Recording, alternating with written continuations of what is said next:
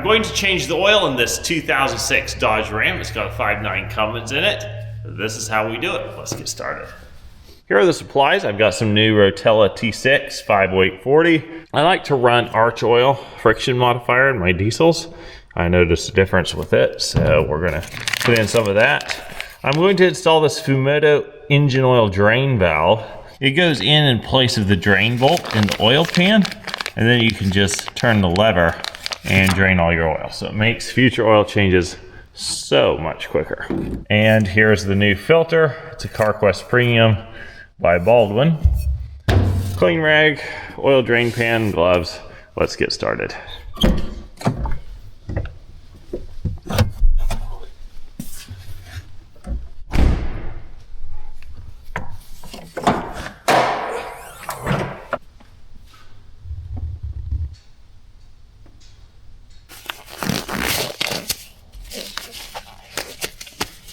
On the 5.9/24 valve Cummins, your oil fill port is right here.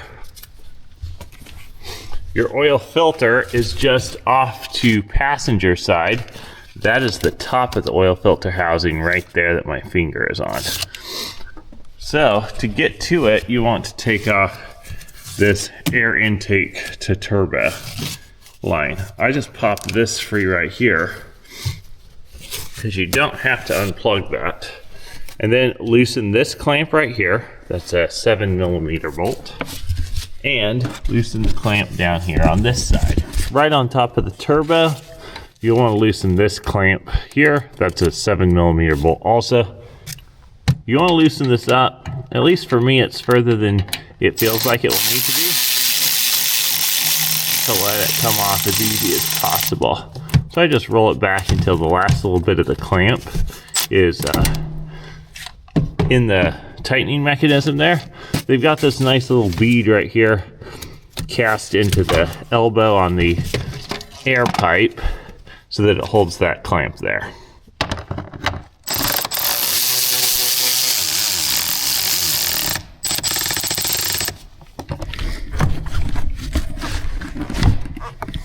I'm going to pull it straight back off the air pipe, and then if you just keep pushing it towards the firewall a little bit, it'll detach itself from the turbo. And out it comes. That's the oil filter right there, and we can reach that no problem now. All right, let's go under the truck and drain the oil. This is just the second time I've changed oil on this truck since I've owned it, and I had forgotten that you can just use a 3/8 ratchet on this drain plug on this Cummins, which I think is really nice. I brought my socket rail under here with me, but don't need it because of that. So here we go. Let's open the drain pan.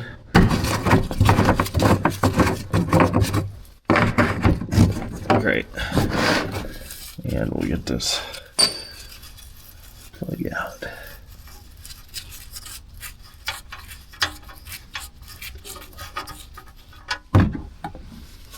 I don't really love how this drain pan lags on putting the oil down low, because it looks like it's going to overflow.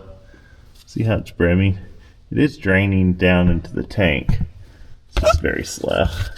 The oil stream coming out of the motor is slower now, and it looks like the pan's keeping up. I was down here in case I need to put my finger over that real quick, but I think we're good. So I'm going to go grab that Fumoto drain valve, because we're going to want to install that next.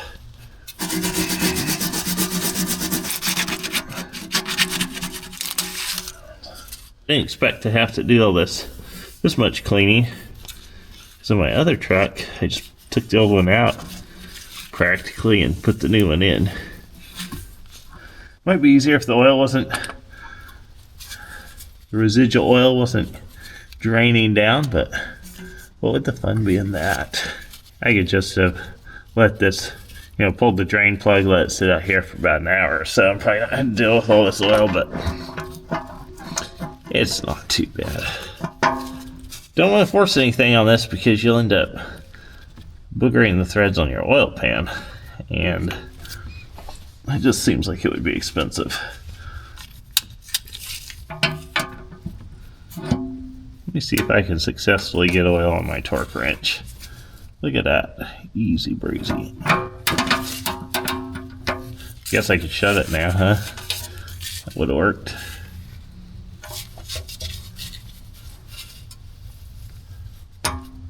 That's it right there, 18 foot-pounds. So off she comes. It's not much. So if you're not doing this with the torque wrench, just realize it's not much. Now here's this. This is optional. You don't have to run these, but I do because I just figure, why not? If it comes with it, might as well. It just slips on here, and it mechanically keeps that tab from coming out of its indent right there. It just slides on right there. Now see, I physically cannot pull that tab too. Oh, there it is. Physically cannot pull that tab back, much less roll it down. See that? It's like plastic film. That's what that is. I don't know. Do you know what that is? What does Cummins put on these things? To do an oil change with this, all you do is pull that plastic piece off. Then you take and you push the lever down like that, and boom. Just let your oil drain out. And then you can change filter and stuff, and by the time you're ready to put oil back in it, you just shut that up and clip your safety back on if you wish. You can see that's quite a bit faster than a drain plug. First time I was changing the oil filter on this thing, you wonder, is it best come from below? You could actually see the oil filter by looking through the passenger fender, but you don't really have good access there.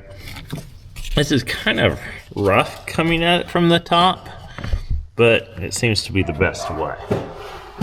So, if you are coming at yours from the top and wondering, is this the best way? I think it probably is. Bringing out the big pliers. See if I can get this a turn. There we go.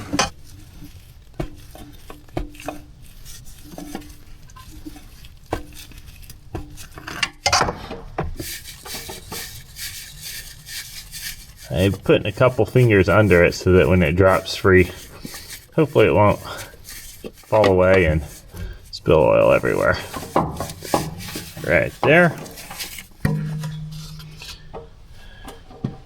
So let's change this one, 186,783 on 10/16/24.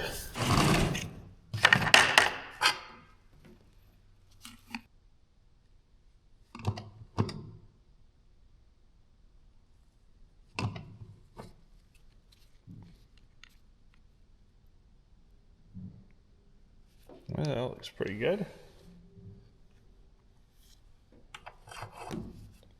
Again, I got my fingers underneath it.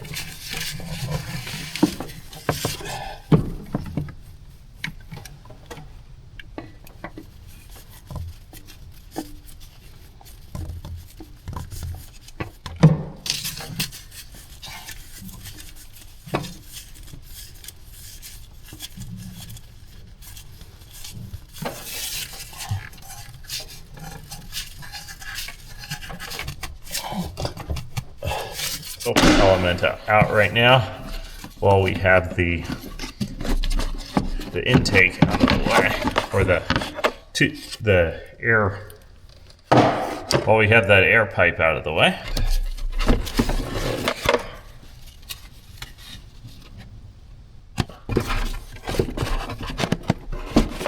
I'm gonna drop that puppy right back in there.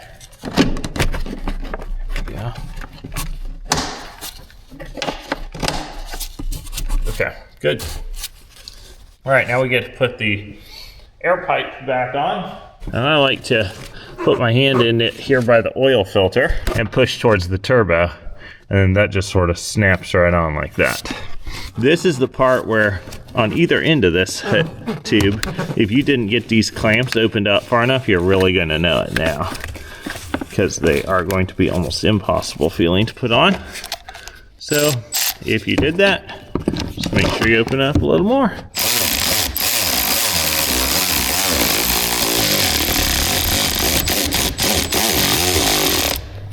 I like to put my hand back down there where I put it by the oil filter, pushing on the elbow towards the turbo, and close the gap, and close that gap right there. I don't know if you can see that on camera, but you'll definitely see it in person, where the elbow contact comes up to the turbo. Make sure you don't see any shiny metal in there. This takes 12 quarts of oil. So I have about 3 gallons left in this bucket, I would estimate. So it's going to be most of it.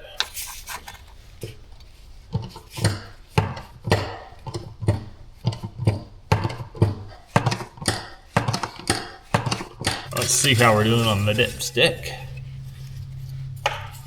We are right at the bottom of the safe area. So right on the edge of add and safe. I'm gonna guess once the oil drains down and settles a little more, we're gonna just barely be in the safe area. I'm gonna add the arch oil now. I don't like to start with it just in case I overfill and have to take a little bit of oil out. I don't want this to be the stuff on the bottom down there that comes out first.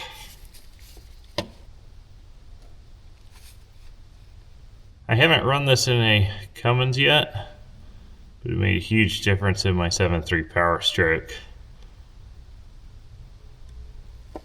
Runs a little bit quieter, and I got a bump in miles per gallon, so that's nice. I'm gonna add a few more pumps to that. About like that, I think. It's gonna be ideal.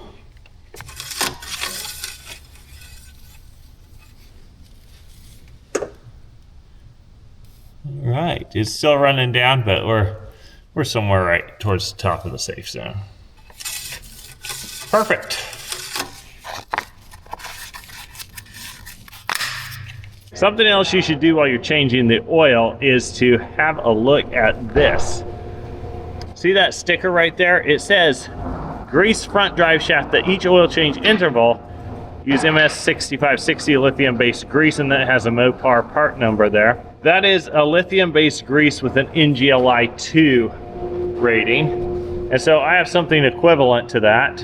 You want the NGLI 2 because it's liquid enough to get into the joint and not too liquid that it gets flung out immediately. That all looks innocent enough, but how do you find that grease joint? That, my friend, is very tricky. I'm going to show you exactly how to find this grease joint. Go under the driver door right there, and you'll come to the transfer case.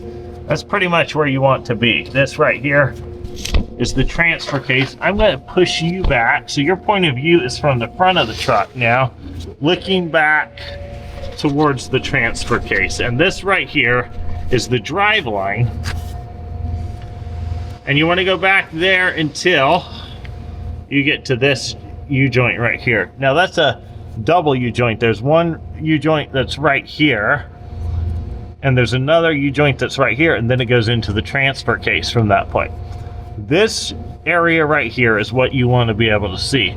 Now I jacked the truck up so that the front tires are off the ground, and I can turn the front tire with one hand while I'm looking back here at the joint, because it's in one of these areas right here that you're looking. So as you watch that come around, eventually we'll see it. Okay, this one's it right here. And you would be able to see that if your head was where my head is, but let me make sure I get the camera on that so you can see what we're talking about. Right up in there where the tip of my pick is where that needle goes in right there. This is just very tough to see, very tough to find. You know, if you're wondering if your truck has one, you're probably on the right track, because it is tricky. Anyway, we're going to grease this. All right, gave that about 5 pumps, I think. I'm going to reposition so I can see if grease is coming out where you're moving it. If you move your head to the other side, and I'll bring you over here via camera, you can look up into this joint right here.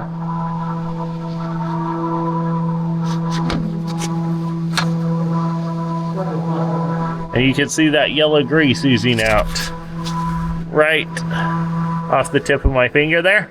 That's coming out. That's a good sign that joint is greased. So it's not really that hard to grease if you have the right setup. Finding it is the hard part. From this position, driveline headed towards the transfer case, you're going to look up into each pocket right here, up into the, just behind the web of this U-joint right here.